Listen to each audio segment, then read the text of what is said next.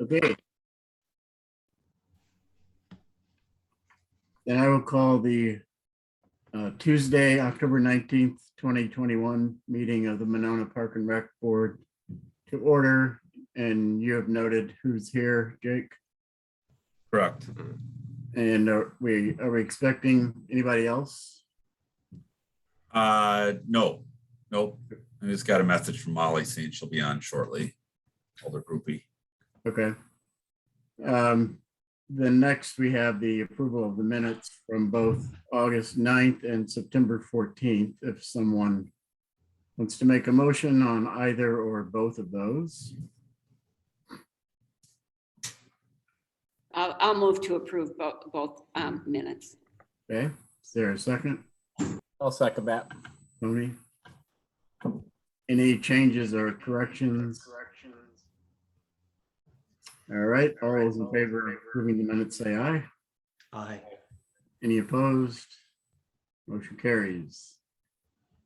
All right, first up under appearances, we have Ryan Sheehan and Miranda Phelps McGuire here from the Dane County Alliance Against Commercial Tobacco, and they're going to do a short presentation. Jake, did you want to introduce any further? Sure. Miranda and Ryan reached out regarding smoke-free parks and beaches and had a good discussion on what our current ordinance is and some potential opportunities for signage.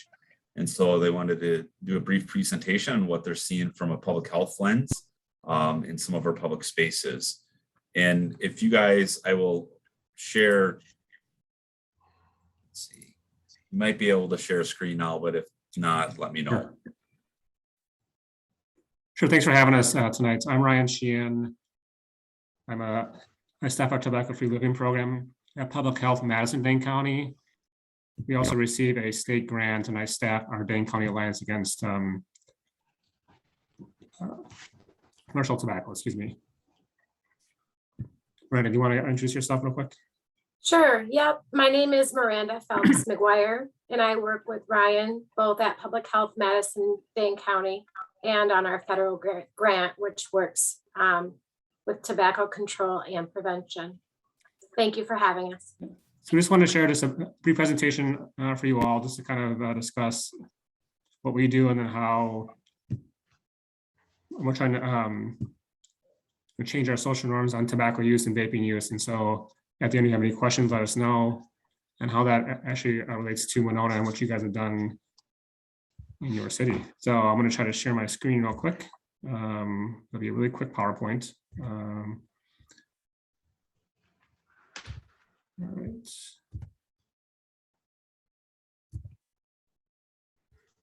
Sure, let's go from the beginning. Can you guys all see that? Yes. Very great. So Jake kind of introduced, sort of why we're here tonight as far as smoke-free beaches and parks, which you already have in place, which is great. So thank you for that.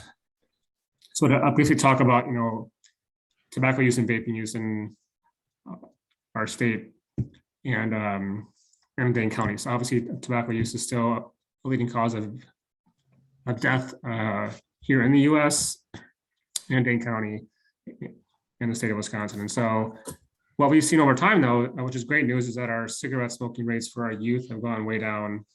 We've done a lot of different things on policy throughout the state and here in Dane County to reduce our rates. Back in 2000, 1 in 3 high school students were using tobacco and smoking cigarettes. Were back in 2018, it was 7.7.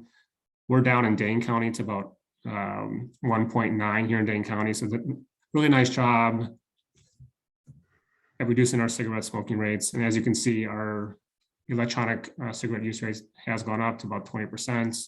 So 1 in 5 high school students are using. We're seeing about 1 in 8 or 9 middle school students using it at this point as well. So that's also rising. So we're really trying to create social norms on continue on cigarette use, but also on vaping now as well. And so a lot of ways that we do that. First, here's some examples of what an e-cigarette or vaping device might look like. A lot of flavors and colors, a lot of these jewel pods that they actually stick in and out of the devices you'll see at beaches and parks as people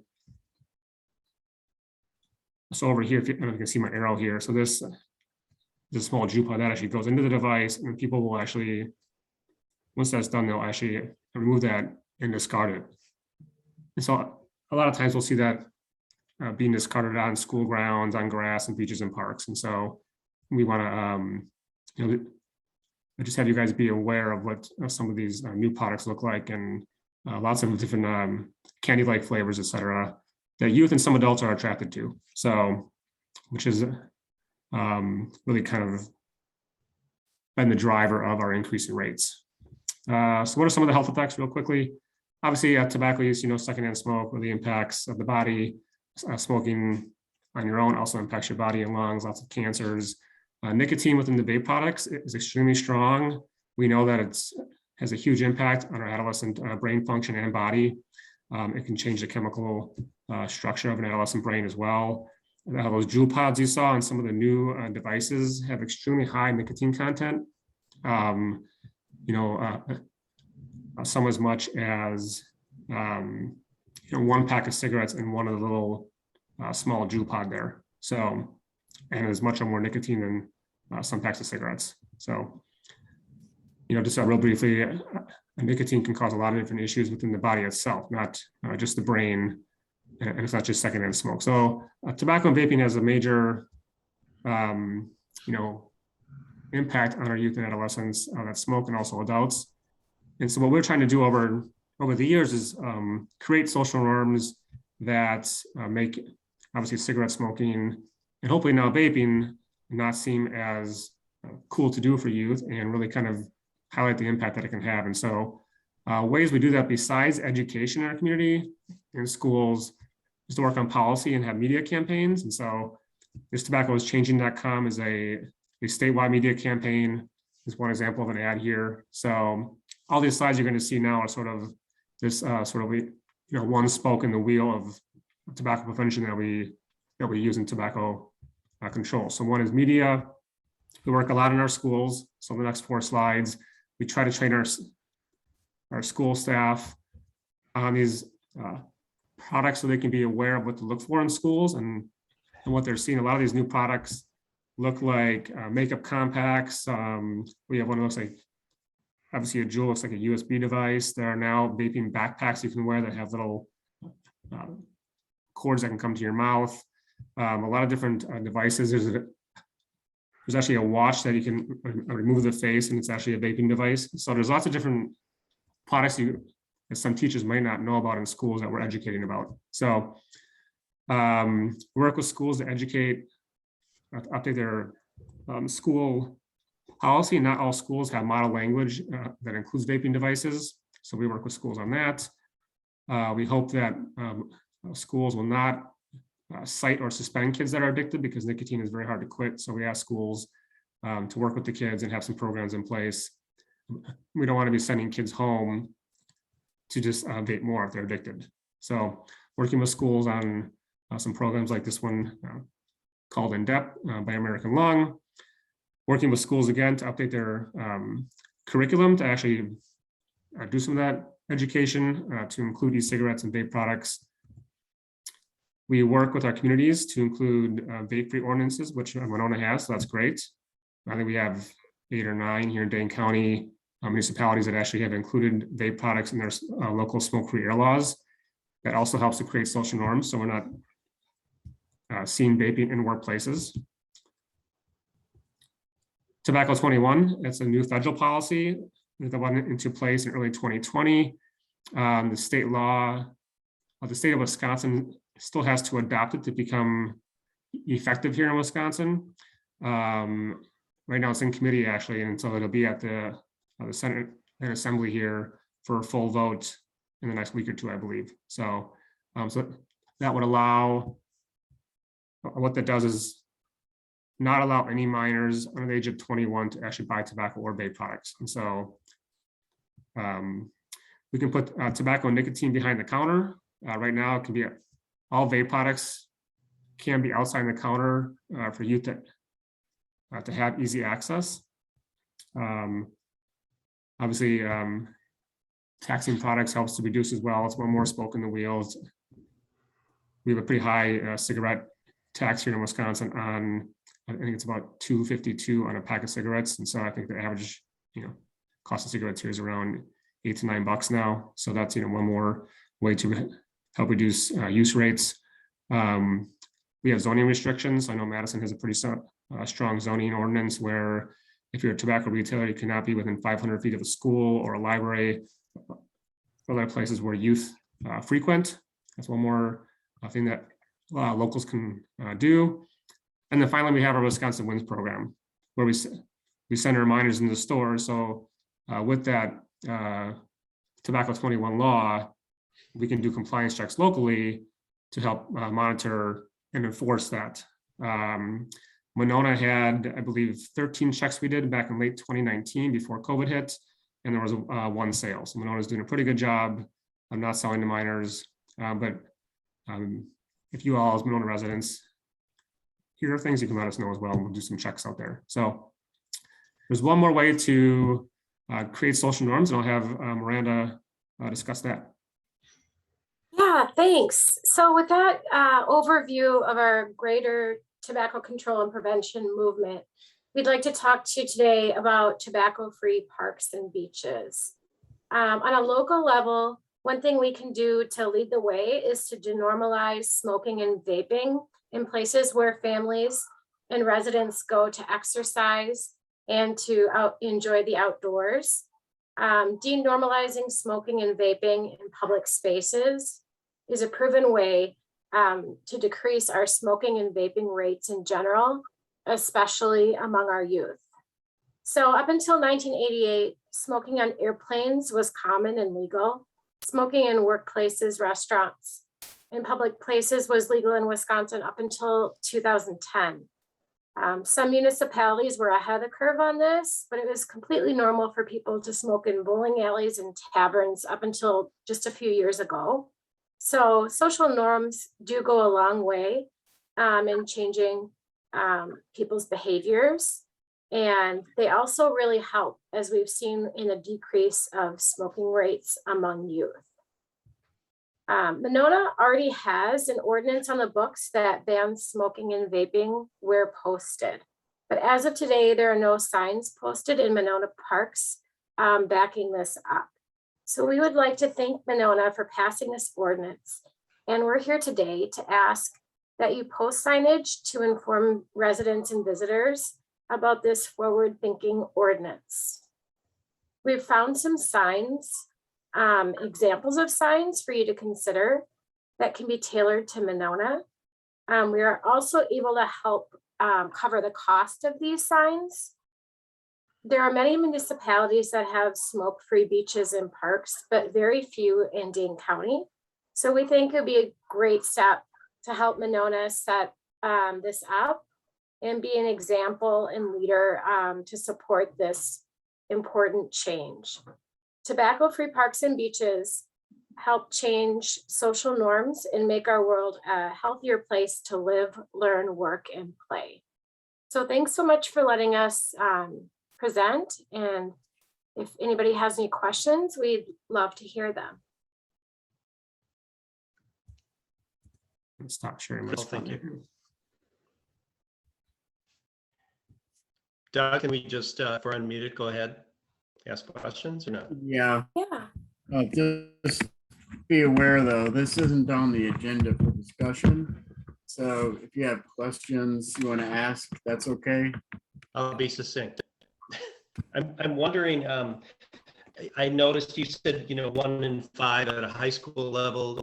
I missed your data on, or your estimated data on middle school usage. What was that about? Do you remember, Ryan? When you were Yeah, it's speaking? about 1 in 8 to 1 in 10. So it's still, fairly high. It's not at 20% yet. We're seeing, 8 to 10% are probably so, which is up from the 1.5% that we've seen a few years ago. So middle school is also increasing at a very high rate. Okay. And my other question regarding schools, you said you do work with schools. Do you directly work in the school in terms of doing public education with staff? You said you work with school staff, or is that more through social media? No, I mean, Reason Alliance, as far as we as staff, we're happy to come into schools and do presentations about this. We can show the products in person, what staff can look for. We also are more than happy to help assist starting a youth advocacy group. We have a group called FACT that's in schools throughout Dane County.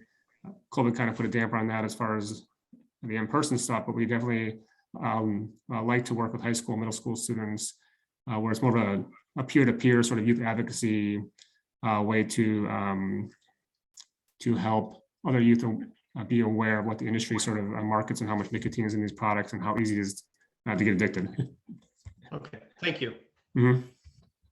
I just want to thank you both for your time tonight and also just say how appreciative I am of this movement and how important I think it will be to start integrating more of the signage and just these messages into our own community. So I'm personally very supportive and I'm looking forward to keeping the conversation going. Thank you, Molly. Thank Yeah.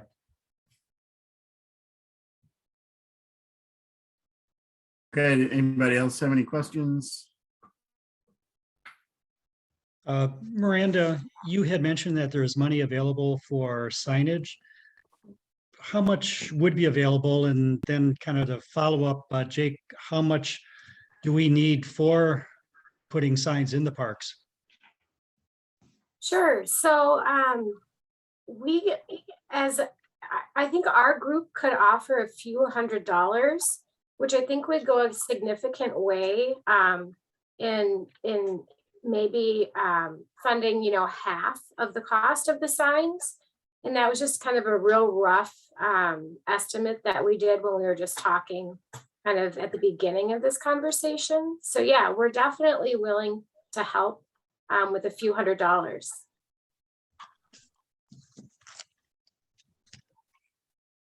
And Jeff, that's why I didn't have it on the agenda tonight, because I want to circle back, have it on for next month, that we can have those cost estimates and the parks that we had indicated in areas of parks that would be priority.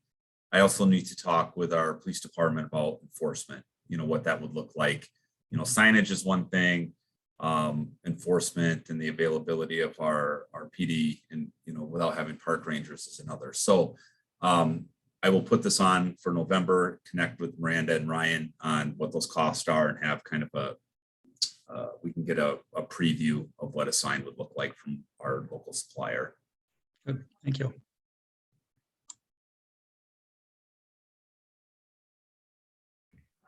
Okay. I have a question. Oh, Kelly, go ahead. Would you be able to utilize existing signage poles already? Like, will you be adding to where we have like a couple in a row as to not be adding more poles and freestanding signs? Yeah, most of them, yes, Kelly. Okay. I think we can do that. Yeah, there may be some, but Mhm. right. We do have a larger discussion on signage in parks and what we do want to have sign as a standalone individual sign versus kind of a general park regulations, park hour signs, because that'll be a good discussion we can have next month on Right. quantity per park.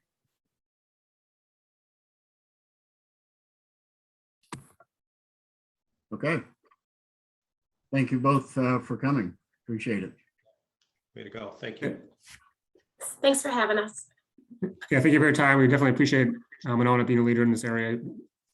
All the way back to, I think, 2007 when Monona went smoke-free in their workplaces, and Aldo would have was a great leader on that as well. So thank you for your work on that. All right. You guys will have a great night, you guys. Thanks so much for having us. Okay, bye now. Thank Bye, you. y'all. Okay, there is no unfinished business, so 5A of new business is review discussion of the draft mound management plan. Yes, Jake, and then I think Molly probably. Yeah, so over the course of the last couple of years and going back to 2017 university year, with our cultural asset program, and one of the goals of that program was to develop a burial mound management plan. With the addition of San Damiano and thoughts from individuals in the community about potential mounds there. Every park project that we have is cataloged and uncatalogued areas, the cultural significance, the fact that we just celebrated Native American Heritage Month on last Monday. Older group, we had asked if we could come up with a burial mound management, plan guidelines. So we consulted, and Jensen worked on this from our department, consulted with Sauk Prairie County Parks, who did some management plans, State Historical Society. So there's no set kind of standard, but this is what we had put together for a starting point. We have reached out to one of our contacts at Ho Chunk, but have not gotten feedback on this plan yet, but wanted to bring forth to show that we are making progress on it. And specifically that the outlet mound, our existing outlet mound at Midwood and Ridgewood.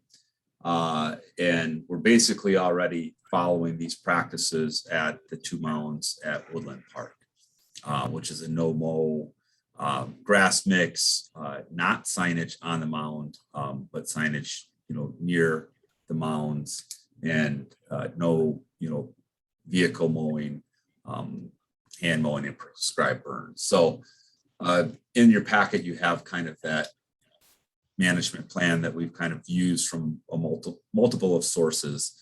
We can have discussion on it tonight. I just want to thank everybody for talking this over, and Jake, for you and the department doing all of the work on it. I know that we, contributed in small ways by sending resources, but I was really pleased to see this and read through it. And I think it will be a really important gesture for our Parks Department to make to visitors of our parks, and also just with the land acknowledgement. I think just a very important and sort of necessary gesture for the community and surrounding community, and for the tribal nations of the state. So thank you so much for your work on it, and I look forward to hearing what others have to say about it.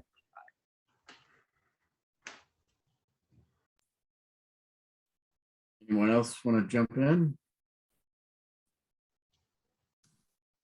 Tony? I think it's wonderful. I love reading through it. I think the way that the management plan is written is incredibly thoughtful, and it's really wise in terms of like why they're doing all of those procedures that are there. And for me, it was quite educational, since I'm in this industry, and in this field, and there's a lot of movement now behind what is now called tech, which is traditional ecological knowledge, which acknowledges basically the indigenous knowledge of the land that we live on from millennia of living here. And we're finally coming around to realize that, white settlers and what we did is not the way to manage land. And so reading this makes total sense, and kind of reverting back to these great practices that were derived through millennia from the people who truly lived here. So I think it's a really wonderful document. Thank you.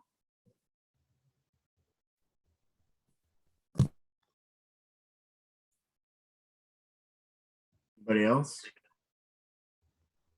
Yeah, I was very glad to see this also. And so this is basically what we have already been following, Jake. At Woodland Park, with the mounds at Woodland Park, at Outlet Mound, this would be a pretty significant change from historical practices of, mowing the turf grass that is there. So this would be probably a multi-year process at the Indian Outlet Mound with the integration of a no-mow seed mixture. This is kind of like a several growing season. And ideally, if we can do a prescribed burn there, that would be awesome to help with that. There's one large multi-stem ash tree, not on the main mound itself, but that one would be probably removed. The other hardwoods, there's 2 large oak and 2 hickory. And my memory serves from my discussion with Bill Quackenbush from Ho Chunk Nation during our university project. We talked about it briefly, and he had considered those acceptable trees to still have on burial mound, the oak and the hickory. So I think, certainly we want consultation with Ho-Chunk Nation and Bill, preferably if we can. He is our representative that we've worked with in the past, before we kind of have something official to like recommend to council for an approved policy. Jake, one question I would have, like Tony, I think this makes a lot of sense. I'm wondering, in terms of a precursor to setting up this sort of protocol, how up to date are we on where the mounds are, burial and effigy mounds? Has that been done in the last several years? It sounds like I have you on the witness stand. I'm not intending that. I'm just wondering, do we have up-to-date factual information on where burial mounds are in our parks and effigy mounds also? Yes. I mean, anytime that we have a improvement project and it's in the what they call it uncatalogued, it's an area of potential significance, we have an archaeological study. So Lottis, Bridge Road, Stonebridge, all had archaeological reports done, determine if there was any area of significance or burial mound. There are identified mounds in Monona on private property as well as some on public property. And so those efforts are still ongoing with the purchase of San Damiano. And we anticipate some of the initial work will be done this fall with a final report in the spring. Right. A lot of the discussion, though, is with Ho-Chunk and Native Americans in general. It's just that there's a challenge of like how much we promote where these mounds are, burial mound, effigy mounds, because of historical looting and damage by white people. And so there is a lot of discussion that has to be done and has to be thoughtful and intentful as we move forward. One thing, when you had us do the homework assignment, I think probably 2 years ago now, when Andy and I did our section, several parks we went and had effigy mounds in particular, that, the one by the water tower, for example, there's a quite large, I believe that's an effigy mound there.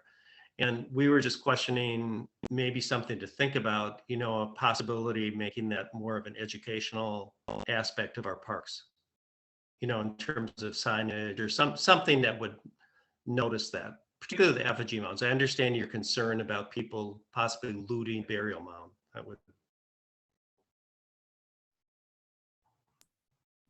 I'm just throwing out as something we might want to discuss at some point. If that's something I know the Lottis mound is pretty obvious and large, but the one I think about the water tower is one of the biggest, and there's one by Frost Woods too that's quite large that you're probably aware of. That's on private land. But it just seems like I'm just throwing that out. It seems like there's an opportunity to identify those that would be a good educational experience for people that are in our parks.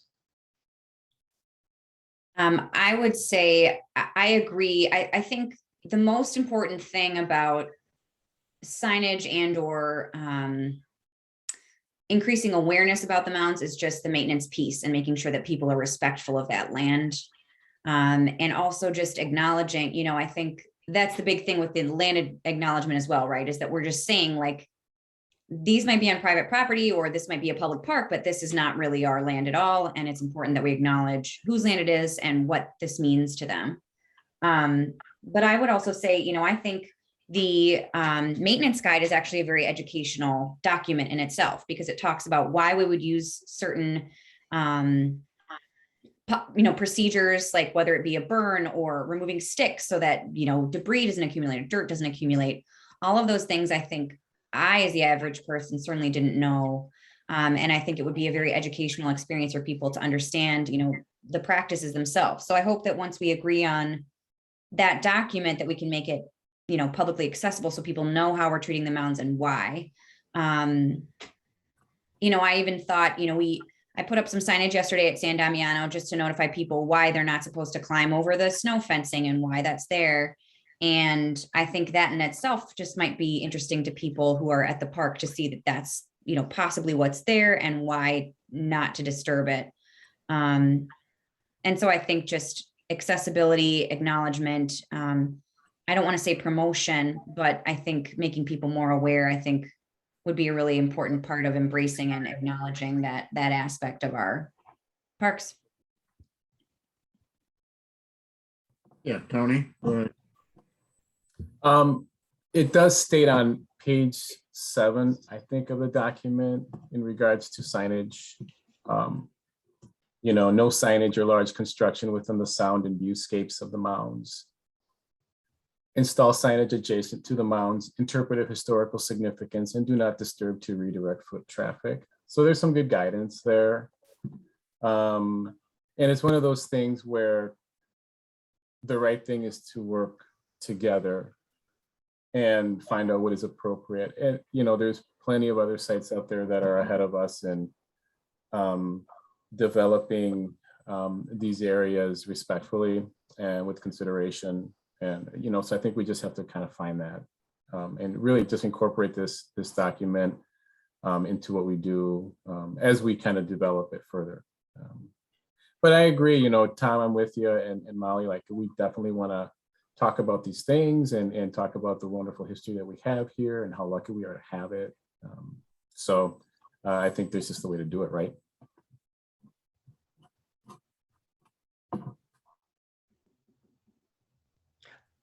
Kelly?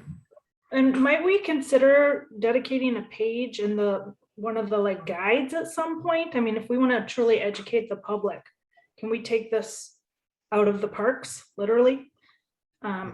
Because your guides are beautiful, and I read through those twice a year when I get them. And maybe you don't want to point out exactly where they all are per se, not that we're trying to hide them, but I think that would be a great resource for you to get more info out when we get ready with the verbiage. Yeah, I think both these agenda items tonight speak to a willingness from our department, certainly to try to honor and celebrate the Ho Chunk significance of Monona and what we have here, and how we can, work with our residents and visitors to appreciate the land that we have. And we have people in our department that I think can take the ball and run with it and help design and promote. The thing that I always just pause, though, whenever we talk about signage, you guys, that's another sign to be vandalized, that's another sign to be maintained, and we are stretched thin on maintenance, very thin. And so when I request that this committee be advocates during budget time, then I hope that the committee does be advocates during budget time, because we can do a lot of stuff and we can add a lot of interpretive signage and details all across the park system and do promotions across social media and the website. But that's time. That's extra time that we aren't devoting now. And it can be a challenge, but this is an important objective and goal of the department. I think it should be referenced in our park and open space plan as we bring that back next month as a priority goal, and we will move forward then as it being a priority.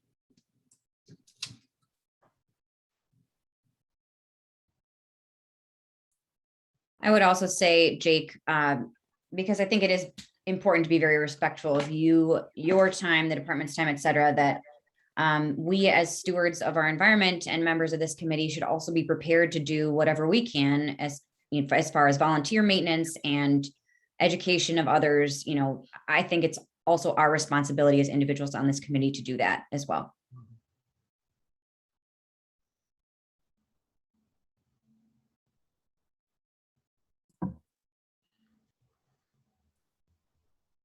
Okay, so you've already reached out to Bill Quackenbush on this, so Yeah, probably you would bring this back after you get feedback from him.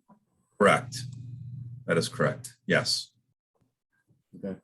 I know from my own discussions with tribal members that there's definitely a split of opinion about whether any attention should be called to the mounds at all or not.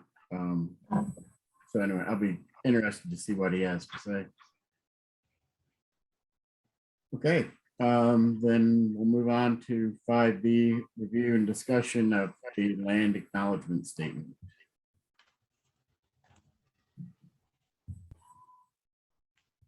So if you remember, the students for the Maywood mountain biking path had a land acknowledgement statement that they provided before their presentation.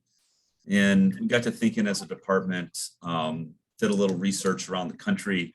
There are various park and rec departments with Native American populations that have developed a land acknowledgement statement. And given our willingness to celebrate Indigenous People Day on November 11th and kind of this renewed interest in our cultural assets, we thought we'd kind of throw it out there to see if this was something this committee would be interested in reviewing, editing, and making an official recommendation to City Council for a land acknowledgement statement. So they are words, but I think they are words that are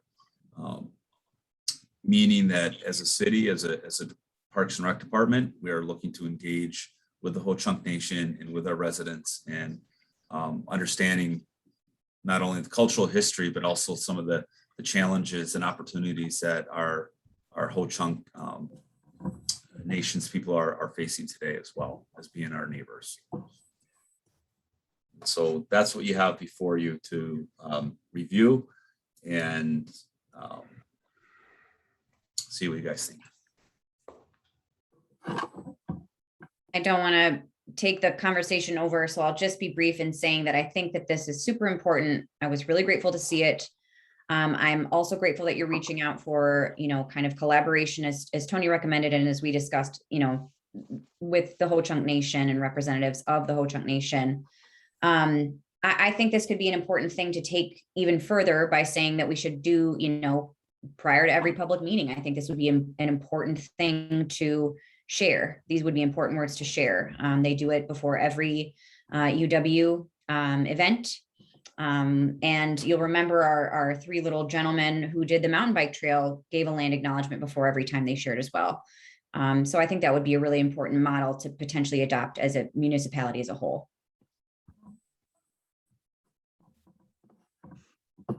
Okay, Jeff, go ahead.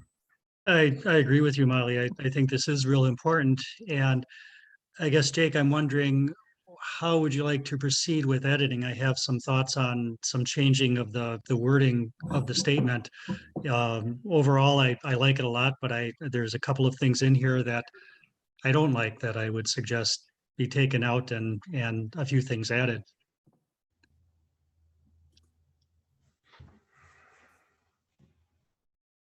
Yeah, probably now would be a good time to discuss if we want to, collectively come up with a little bit of a draft plan, or if you guys want to send me comments and I can include all those, collectively. It's up to you guys. Yeah, well, I know Molly had sent some edits this afternoon or today, I think. And Jake, if you feel comfortable, I would be happy to help with that process of integrating the suggestions into a couple of different options or something like that. I would be happy to lend some time to take that off your plate, if that would be all right with you and the rest of the committee. That'd be great. And I think, in terms of referring back to your original question, I'm sorry. Go ahead. In referring back to the original question of should we try and do that draft now, or after having years of experience with trying to write anything as a group is quite difficult. I think the idea of having a couple of people do it, and those of us that might have suggestions, submit those to you. That would be my suggestion anyway. I've had some memories that have stayed in my mind of spending lots and lots of time trying to forge a document with a group of people. I think that's a great plan. I think that'll be the easiest way as well. Talking it over, I think we might miss something or just get kind of off track. So. Yeah, me too. Does anybody have any other comments they want to make right now? Should we send edits to both Molly and to Jake, or Okay, Yeah. all right. I guess my other thought, Doug, in regards to that question would be to keep this manageable. You know, that we're talking about a pretty pervasive switch in terms of identification and how we should make that educational. And I think typically the ways those things are done is over a period of time, you know, and maybe with Ho Chunk folks helping us prioritize, you know, which would be some effigy mounds that would be most important to help educate people about, rather than think we've got to do it in every park and every spot it is in the city. Let's keep it manageable. It's better, Dick. Yeah. Okay, then, so then we'll go with that plan and then bring that back, hopefully then at the next meeting. Okay. Okay, and then 5C is discussion approval of the pool parking lot landscaping project.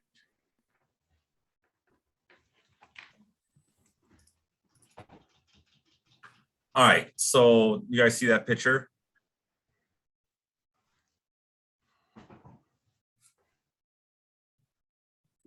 Yes. Yes, Okay. yeah, Yes. All right, so the shrub line from the sidewalk to the parking lot gets a little tall year to year. We generally try to shave it down before the Monona Festival. It gets some volunteer suckers growing up in between it.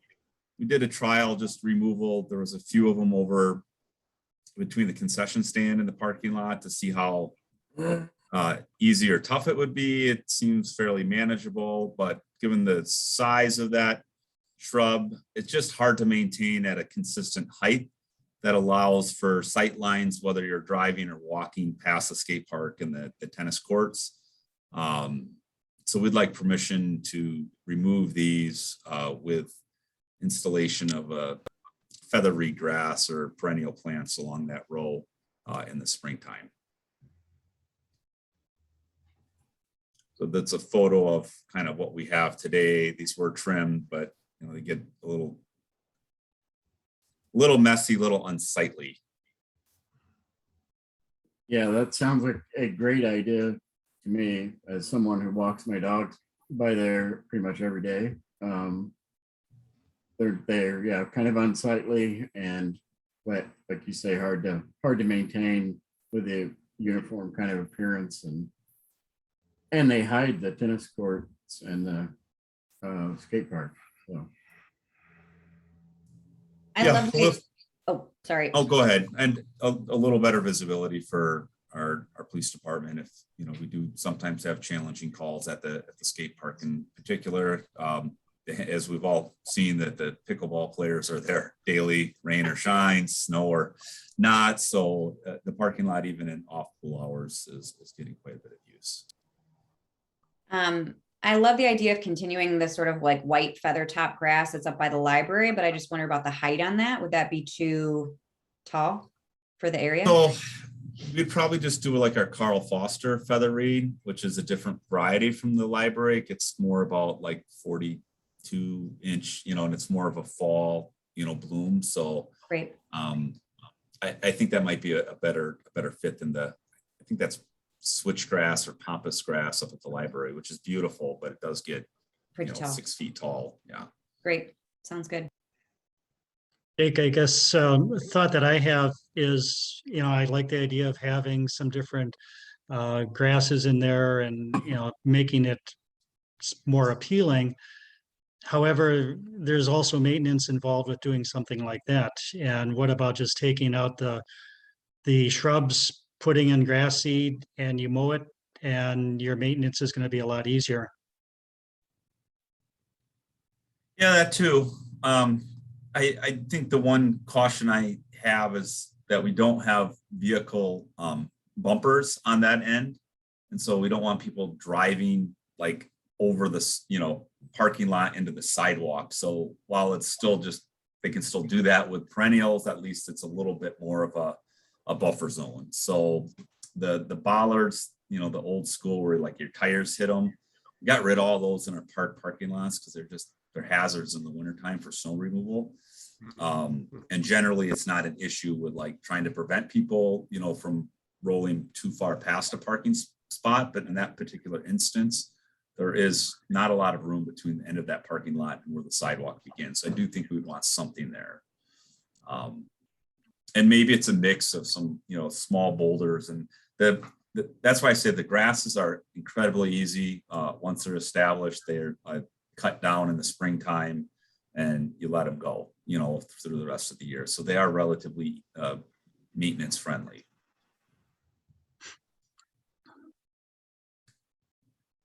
Jake, thank you so much for taking those bushes away from us. But I totally get it. Before hearing what you said tonight, it's nice in terms of a maintenance issue. They're just there. You kind of shape them and that's that, right? Jeff, you're taking it even a step further. Throw grass seed and then just run the mower over it while you're running the strip on the other side of the sidewalk. And that's that, right? So in terms of maintenance, we can really chop this down to like pennies, right, to maintain that. I also would like to look at it as another opportunity if we're gonna, plant it up. I think I have probably like 250 Carl Forster feather reed grasses at Monona Terrace right now. There's a reason for that. It's not native plant, all right? So it does nothing ecologically for us whatsoever. Yet it's the most plant that I have at the terrace, and I specialize and I elevate native plantings because it's super easy to grow. It doesn't spread all over the place at all. It's completely sterile, and it's pretty. It's pretty all the time, and that's why you see it in Menard's parking lot and people's landscapes, and you see it all over the place. Carl Forster reed. It's one of these things that is so good that we're sick and tired and bored of it. So that's why you want to plant it, and I totally get it. But I think that's it's going to look wonderful overall. It's going to be something that's going to grow from the bottom in the springtime early, so it'll cover it up right away in the spring. So it's going to cut down on weeds, and then it'll grow all year long.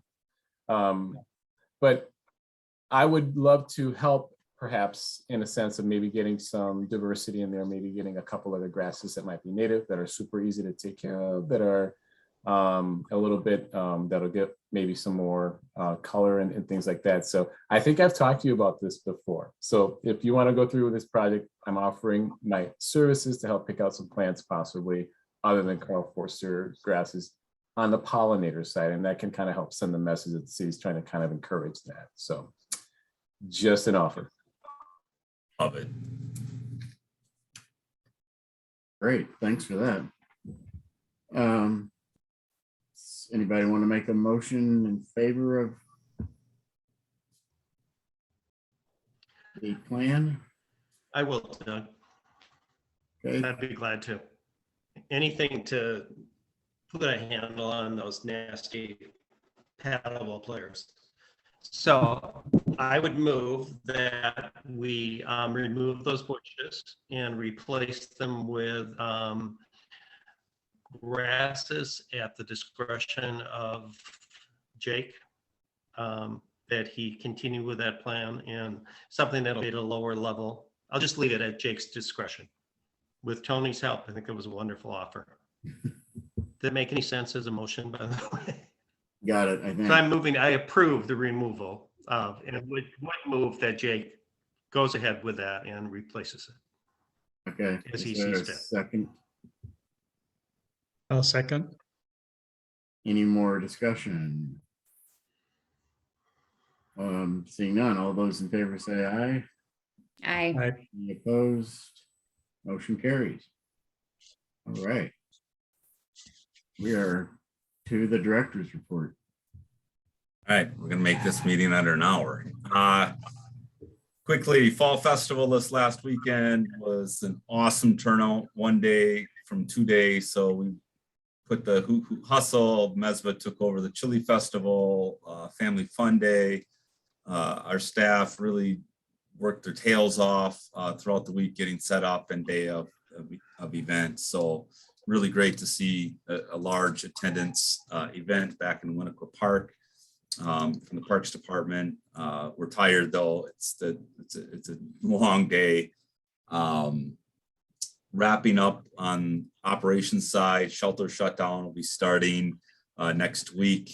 We got 2 weeks left of October, and then we'll roll it right into ice rink season. So turn the page in November. We'll be bringing all the ice rink equipment over. Capital budget got delayed for committee members for final approval until November. South Winnetka Road is becoming the focal point, so you can follow along the news clippings on that one. Operating budget committee of the whole will be this Wednesday for some departments, so tomorrow, and then the following Wednesday is parks. I've not yet seen what the mayor has done to the budget that this committee recommended for approval. So I hope there's no changes, but you never know. I will get that information though and let you guys know how that goes. I will take questions, comments, and concerns. If there's anything else that pops in, I'll let you know. Yeah, Jeff? Two comments, one of them on your favorite topic, Jake, about signs. I would like to suggest another sign. A lot of work has been done at Stonebridge, and I think the work that has been done is extraordinary. The park looks great. But I've had a lot of people asking, why were they digging the big hole? Why were they, working so long in that park? And so a sign I would suggest is having a sign that has just some information regarding, this is what happened in the park. This is what's below your feet, to talk about the cleansing of the water before it goes into the lake because of the system that was installed in the park. Could be something put in where the park sign is, or maybe, in the middle of the lawn to let people know what occurred, because I think it certainly is going to be a great improvement for water flowing into the lake. And then the other sign that I would like to suggest is at the boat launches. I don't know what your plan is for taking out the piers, but if there could be a sign at the boat launches, just letting people know when the piers are going to be taken out. Yeah, well, they're any day. So there'll be no signage at the boat launches. They're just will be gone. Okay. We are past that point of, in my opinion, we're end of late October. Boaters should be very thankful that we kept them in as long as we did this year. They wanted to take them out last week, and I said, sorry, Dino Docks, we are knee deep into setup for Fall Festival. So it may be tomorrow. He normally texts me at 10 o'clock at night. He says, how does tomorrow sound? And I usually say, we'll make it work. So that's just kind of the nature of it. Lattice is always available for people to launch from. We don't take Right. that one out. So yeah, I think we had talked with Landmarks about some signage, different signage opportunities at Stonebridge. And yeah, I think that's a great idea. It might just can be a temporary one, as the park reopens. Just briefly on that, Stonebridge, if you haven't gotten up there, I know Tony's been up there, that I've seen him at there, Doug, Jeff, substantially completed, park sign, electrical, so the bollards, the MG&E service still need to go in. And then there's soil bags around the pagoda, and that will get a vegetated mat treatment. So it'll have a bunch of grasses and perennials kind of tacked in. I'm not sure if that's going to get installed this fall or next spring, but the electrical should be done by the end of the month, and we'll have the sign in as well.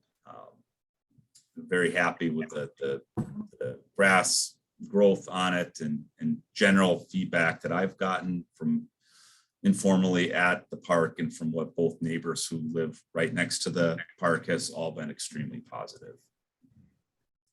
Jake, I wanted to ask you, the neighbors looking at the lake to the left were quite involved throughout the discussion of this park. What was, I know you just said it was favorable, but were they, because they really have the pagoda on their side of the land. Were they really happy with how that turned out? Yes, yeah. Barb and John Schutte are excellent stewards. Barb takes care of the plantings at the park sign. They've been involved in the Lake Monona Sailing Club, so they're very happy. We did give a screening planting kind of in their front yard as lakefront owners, their backyard, to give them some privacy, and some of the arborvitaes or cedars that we had to take out at the front. They're very happy because I think it gives them a little bit more sun for some of their other plants in the yards, and they just think it looks beautiful as well. So they're very happy. Yeah, no, I ran into Jake when I was there last week, and I drove by today. That grass is even greener. If you haven't been down there, check it out. It is stunning. It is truly stunning. And in a very much, in a way, I know people thought that it was going to be completely transformed, but it still retains that old character of the park. It's very different, no doubt about it. The thing was just exhumed and then placed back in, but the old lines are there, and I think you need to commend anybody and everybody who was involved throughout this process. You, Jake, for spearheading it all. I think, as we heard and discussed the day that I ran into you, how many of statement parks do we need in a city? And that's just gorgeous. It's really stunning down there. Thank you. And Pagoda, Jake. Pagoda is in the Plan Commission or Landmarks Commission's court at this point. I believe they received a second opinion on the condition and are potentially seeking a third opinion at this point from planner Doug Plowman, the last that I've heard. So it is fenced off, and speaking of our favorite signs, we'll have some do not enter area, unfortunately, over the winter time. You want me to make them and laminate them using my school materials, Jake? Yes. Or... I can. All right. Okay. You got it. Got plenty of zip ties. I have proposed some verbiage that my colleague in the planning department seemed to not like. So I said, you come up with the signage then. So it's really in their court. Okay. Can I just throw out another idea? And Jake, I've complimented, this will be about my 5th time I've complimented you on that park. In addition to the water issues, it's a crystallized example of making a park that was pretty inaccessible for elderly or disabled people to an accessible park. And I think I've had people not from Monona that have said to me, driving to our house, we never knew there was a park there before. And I think of some of the neighbors' concerns about it would block their view of the lake, or it's so much more open now. It's just wonderful. My other idea would be, other than writing another sign or creating a sign, what would you think about the possibility of, for example, like a unemployed older retired guy on the Park and Rec Board calling the Community Herald and saying, boy, this would be a really interesting article. You probably noticed that we really revamped the park, and they might take 20 minutes to your time, Jake, and write a really nice article about it. Would you be opposed to that? Or would that create more work for you? I just am. Stonebridge Park seems to have been quite newsworthy for a long time. I think just letting people enjoy it. Okay. There'll be more to come, I think, on the progress with the status of the pagoda. But give us a check back in a couple of weeks. I'd like to make sure that we're all completely finished with our end of the project. And I want to try to get it mowed, push mowed, I think, before the snow flies as well. Still a humble guy from Monroe, but anyway, it's a wonder. I'm proud when I see that. I'm proud to say that I've been on this committee. It's gorgeous. This committee should be proud of that project. This, you guys spent a large chunk of time dealing with the consultants and the engineers and the public, and came to a consensus that was adopted by the city council. And much of what you see there is today. So yes, I do think this board should be proud of that project. Absolutely. And one of the concerns was that someone came and talked about their playing soccer with their children on there. You might be able to play soccer there now, as opposed to previously when that would have been impossible, but unlikely. Anyway, it's a great job. So I'll just share this with the committee. I know we're 1 minute past our hour. I had a gentleman come in today that wants to have his wedding ceremony there in June of 2022, and recently moved to Monona. Was like, I was trying to propose, we love Stonebridge. I was trying to propose at Stonebridge, but then it was under construction. And he's like, my fiance, and I love that park, and what you guys did was amazing. And so yeah, we had our first request to do it, and we've had these wedding ceremonies happen at Wild Haven, in the past, where they come in and do the, 10 minutes in the grass area. And so I thought that was kind of I was happy to hear that they were so impressed, and that particular park had such a place in their hearts as a couple that they'd like to exchange their vows there. I think that speaks so much to you, Jake, because they saw the park before it was transformed. Yeah. And they came back and they said they still want to do that. So that's great. Great to hear. What a great story. I had friends who were going to get married there in 2020 and they couldn't because of COVID, but that was their chosen park as well. And I will say, I'm thrilled with all the positive feedback. That's the majority of what I've heard. I've heard one secondhand criticism of sort of like the flattening of the upper part where the storm drain management system is. But every time I pass, I see people on the path with strollers, with dogs. I just feel like there's so much more traffic and so many more people able to enjoy it now, as others have mentioned. So I'm very thrilled about it. Thank you. Okay, anything else to report, Jake? Okay, then one more, that's a new item on the agenda, updates and discussion on diversity, equity, and inclusion efforts. This is something we started at the city council, I don't know, 6 months ago, maybe. I think other committees are doing this. It's, if you have something that you want to share, you can. If not, you don't need to.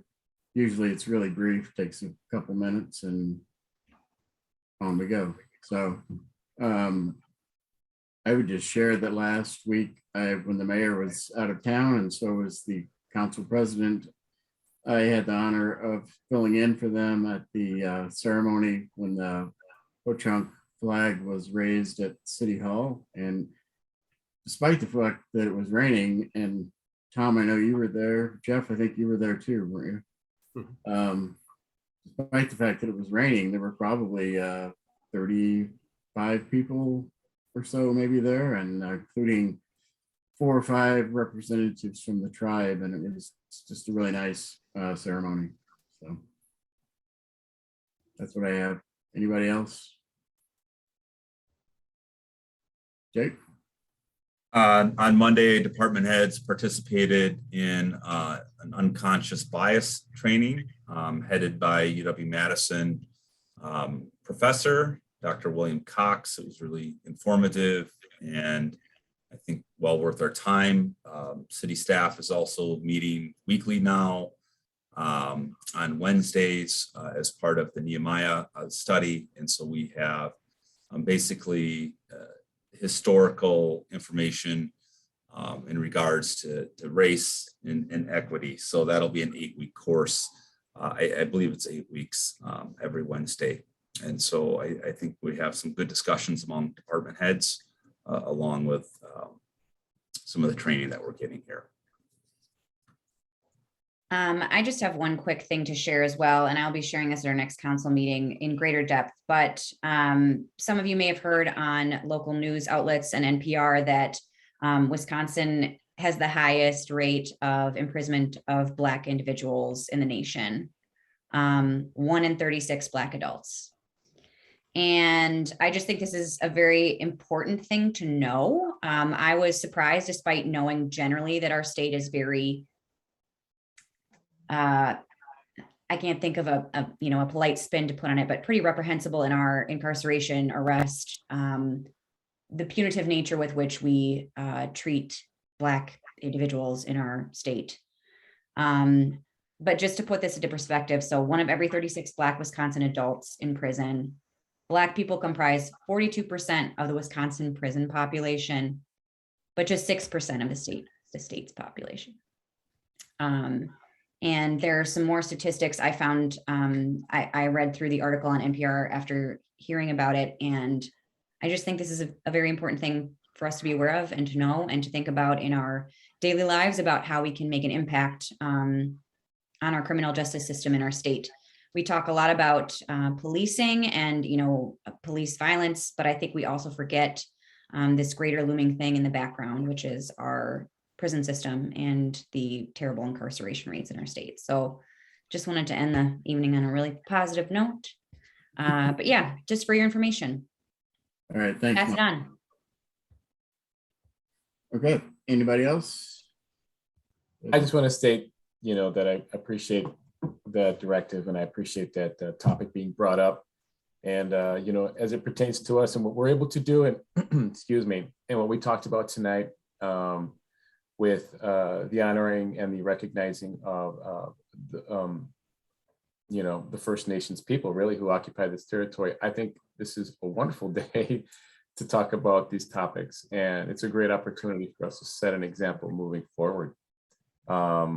And step up to that, it's been a long time coming for this, honestly to happen. So I'm just really happy to be part of this discussion. And, thanks for bringing all that up and making this aware. Appreciate it. Yeah. Okay, then if that's all, then a motion to adjourn would be in order. And Pat's back just in time to do that. Who wants to move? Am I allowed to move? I'll move. Is there a second? I'll second. Way to go, Pat. Way to get in there. All those in favor say aye. Aye. Any opposed? All right, we are adjourned. Thanks, everybody. Have a great night. Yeah, good night. Thanks, Pat. Glad I could help. So